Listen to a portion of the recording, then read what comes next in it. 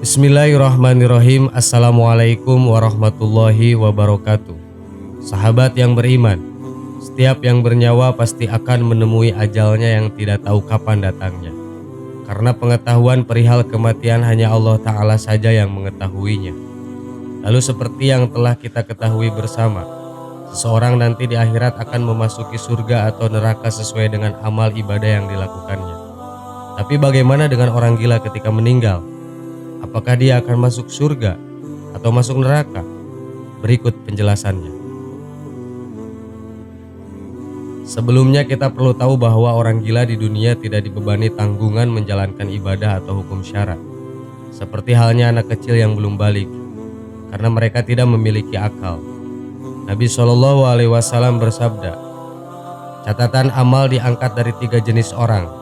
Orang tidur sampai dia bangun, anak kecil sampai dia balik, dan orang gila sampai dia sembuh dari gilanya. Hadis riwayat Ahmad. Mengingat mereka di dunia tidak dibebani syariat, maka di akhirat nanti amal perbuatan mereka semasa gila juga tidak dipersidangkan di hari perhitungan atau yaumul hisab, kecuali orang yang gilanya musiman atau gilanya setelah usia balik. Maka amal perbuatannya yang akan dipersidangkan atau dihisab di hari kiamat nanti adalah amal yang dia dilakukan selama tidak gila. Apa dia ke surga atau neraka? Allahu alam, tergantung pada amal perbuatannya semasa tidak gila. Yang kita bahas pada jawaban ini adalah orang gila sejak kecil, yakni sebelum memasuki usia baligh sampai meninggal dunia. Bagaimana nasibnya di akhirat nanti? Di surga atau neraka? Para ulama merinci penjelasannya kepada 2 rincian. Pertama, apabila kedua orang tuanya atau salah satu dari keduanya muslim, maka dia dihukumi muslim dan nasibnya di akhirat dimasukkan ke surga. Syekh Ibnu Utsmaini rahimahullah menjelaskan, anak yang terlahir dalam keadaan cacat akal, hukumnya seperti orang gila, dia tidak dibebani syariat.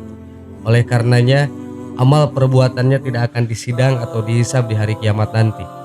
Bila ia berasal dari kedua orang tua yang muslim atau salah satunya muslim, maka status dia mengikuti orang tuanya yang beragama Islam. Maksudnya anak ini menjadi muslim sehingga dia dimasukkan ke dalam surganya Allah. Dalilnya adalah firman Allah Ta'ala di dalam Quran surat At-Tur ayat 21. Dan orang-orang yang beriman beserta anak keturunan mereka yang mengikuti mereka dalam keimanan, kami pertemukan mereka dengan anak keturunan mereka di dalam surga, dan kami tidak mengurangi sedikit pun pahala amal kebajikan kepada mereka. Quran surat At-Tur ayat 21. Kedua, apabila kedua orang tuanya non-muslim, di sini para ulama berbeda pendapat. Pendapat pertama, langsung dimasukkan ke surga. Dalilnya adalah firman Allah Ta'ala, kami tidak akan mengajab suatu kaum sampai kami mengirim utusan atau rasul kepada mereka. Quran surat Al-Isra ayat 15. Pada ayat tadi, Allah menjelaskan bahwa seseorang tidak akan diajab sebelum ditegakkan hujah kepadanya, yakni sampainya dakwah Islam kepadanya. Orang gila tentu hujah belum tegak atasnya, karena dia tidak bisa memahami wahyu Allah yang sampai kepadanya. Di samping itu, orang berakal saja tidak diazab karena dakwah Islam belum sampai kepadanya. Tentu orang gila lebih pantas untuk tidak diazab karena dia tidak memiliki akal. Di antara ulama yang memegang pendapat ini adalah As-Subki, Al-Bukhari, Al-Qurtubi, dan Imam Nawawi rahimahullah.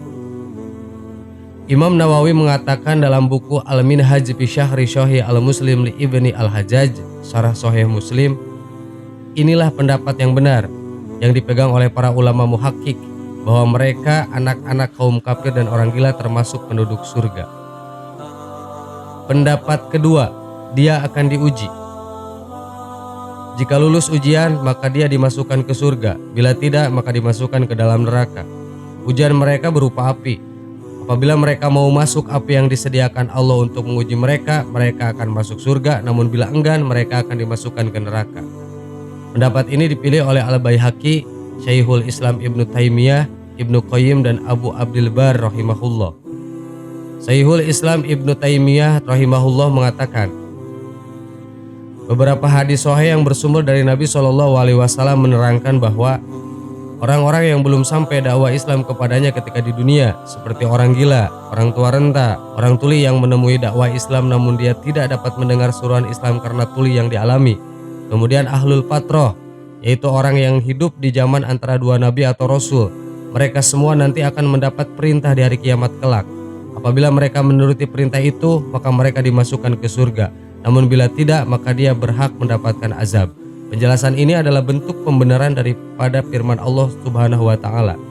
Kami tidak akan menghukum seseorang sebelum kami mengutus rasul. Quran surat Al-Isra ayat 15. Maka dari sini Abu Hurairah berargumen bahwa anak-anak kaum musyrik tidak akan diazab sampai dia diuji terlebih dahulu.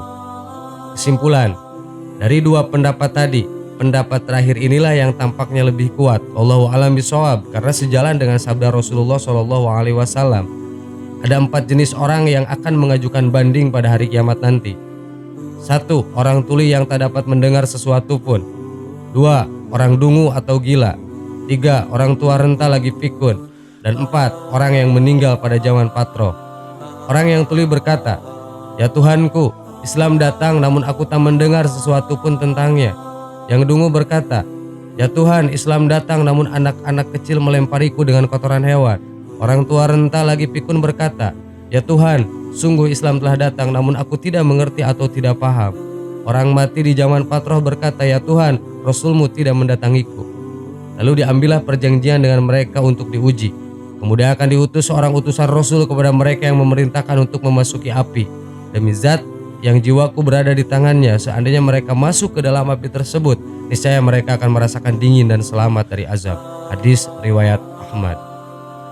Imam Ibnu Katsir rahimahullah lebih memilih pendapat ini dengan alasan pendapat inilah yang dapat mengkompromikan seluruh dalil dalam permasalahan ini.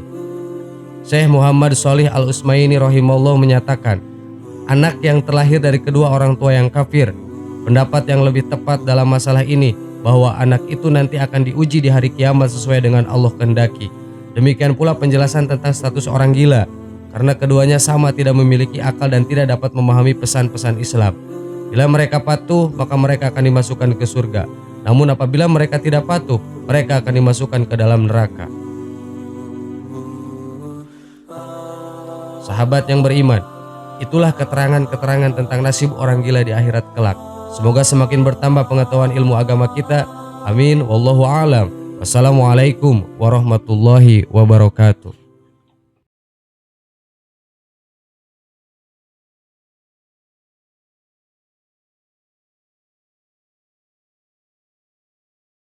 Subhanallah walhamdulillah wa la ilaha illallah wallahu akbar. Subhanallah.